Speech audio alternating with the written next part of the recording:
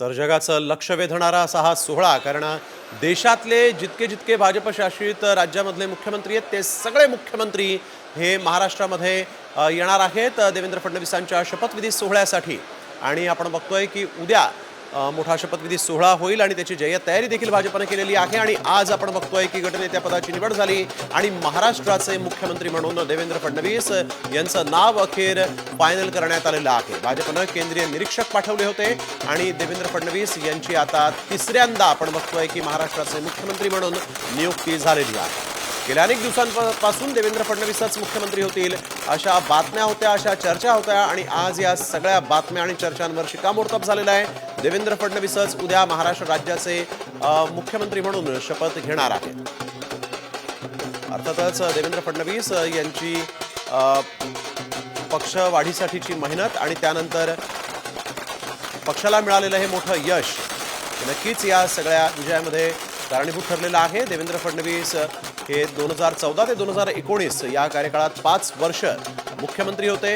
2019ला देखील मुख्यमंत्री ते काही काळासाठी, काही दिवसांसाठी राहिले आणि त्यानंतर 2022ला पक्षाच्या आदेशामुळे उपमुख्यमंत्री पदावर त्यांनी शपथ घेतली होती. एकनाथ शिंदे हे मुख्यमंत्री असताना त्यांच्या नेतृत्वात त्यांनी महायुतीचं सरकार इथं चालवलं आणि आता पुन्हा एकदा आपण बघतोय मोठ्या मेजॉरिटीनं भाजपनं विधानसभा निवडणुकांमध्ये विजय मिळवल्यानंतर देवेंद्र फडणवीस हेच पुन्हा मुख्यमंत्री होतील अशी चर्चा असताना आज मात्र त्यांच्या नावावर भाजपनं देखील शिक्कामोर्तब केलेला आहे. अनेक रेकॉर्ड खरं तर देवेंद्र फडणवीसांनी यामुळे मोडले असं नक्कीच म्हणावं लागेल, कारण गेल्या देशभरातल्या अनेक विधानसभा निवडणुकांचे निकाल पाहिल्यानंतर नेता जो भाजपनं निवडला आहे तो नवीन चेहरा दिला गेला, परंतु राज्यामध्ये मात्र देवेंद्र फडणवीस यांच्याच नावाला पसंती होती. अर्थातच संघाचे आणि देवेंद्र फडणवीसांचे असलेले घनिष्ठ संबंध आणि केंद्रातल्या नेत्यांसोबत देवेंद्र फडणवीसांचे संबंध.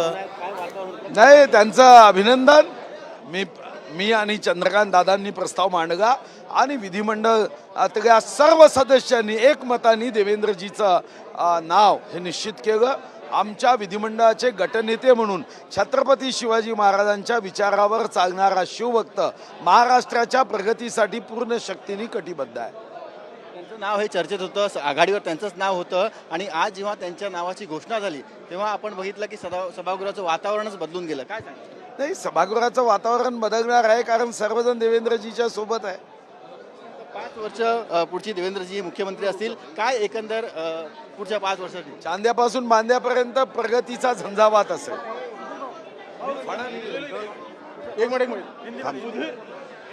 भारतीय जनता पार्टी के विधिमंडल गट के नेता के रूप में एक मत से, सर्वानुमत से देवेंद्र जी का चयन हम सब लोग ने मिलकर किया और आगे अभी सत्ता स्थापना का दावा भी करेंगे.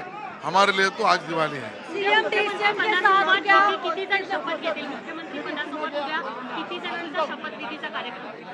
याबद्दलचा सर्वस्वी अधिकार हा माननीय मुख्यमंत्री महोदयांचा असतो आणि त्यामुळे माननीय मुख्यमंत्री म्हणून ज्यावेळेला सत्ता स्थापनेचा दावा हा महायुतीकडून राज्यपाल महोदयांकडे केला जाईल त्यानंतर मुख्यमंत्री महोदय याच्यावर स्पष्टीकरण आणि उत्तर देतील. सीएम के साथ में कितने लोग शपथ लेंगे इस बारे में कोई जानकारी? इसके ऊपर पूर्ण तरीके से अधिकार ये माननीय मुख्यमंत्री महोदय का होता है. कितने लोग शपथ ले, कौन लोग शपथ ले, और जब सत्ता स्थापन का ये दावा आज दोपहर को किया जाएगा मुख्यमंत्री महोदय जी के नेतृत्व में, उसके बाद मुख्यमंत्री महोदय इसके ऊपर स्पष्टीकरण दे सकते हैं. महायुति में क्या एकनाथ शिंदे, क्या अजित पवार खुश है? क्योंकि जिस तरीके की तस्वीरें सामने आ रही थी उसके बाद कई सवाल खड़े हो रहे थे. बल्कि तस्वीर को देखिए, उसके अंदर पढ़ने की जरूरत नहीं है और उसके कारण महायुति के सभी लोग, महाराष्ट्र की जनता ने दिए हुए आशीर्वाद के कारण हर्षोल्लासित है, आनंद में है. हमारी सरकार आ रही है, उसका उत्साह भी है. नहीं, अभी तक ऐसा कोई निर्णय नहीं हुआ. देखिए, इसके ऊपर सम्माननीय मुख्यमंत्री महोदय और तीनों दल के नेता ये निर्णय लेकर बताएंगे ऐसा मुझे लगता है और उसके लिए वही इस बात का स्पष्ट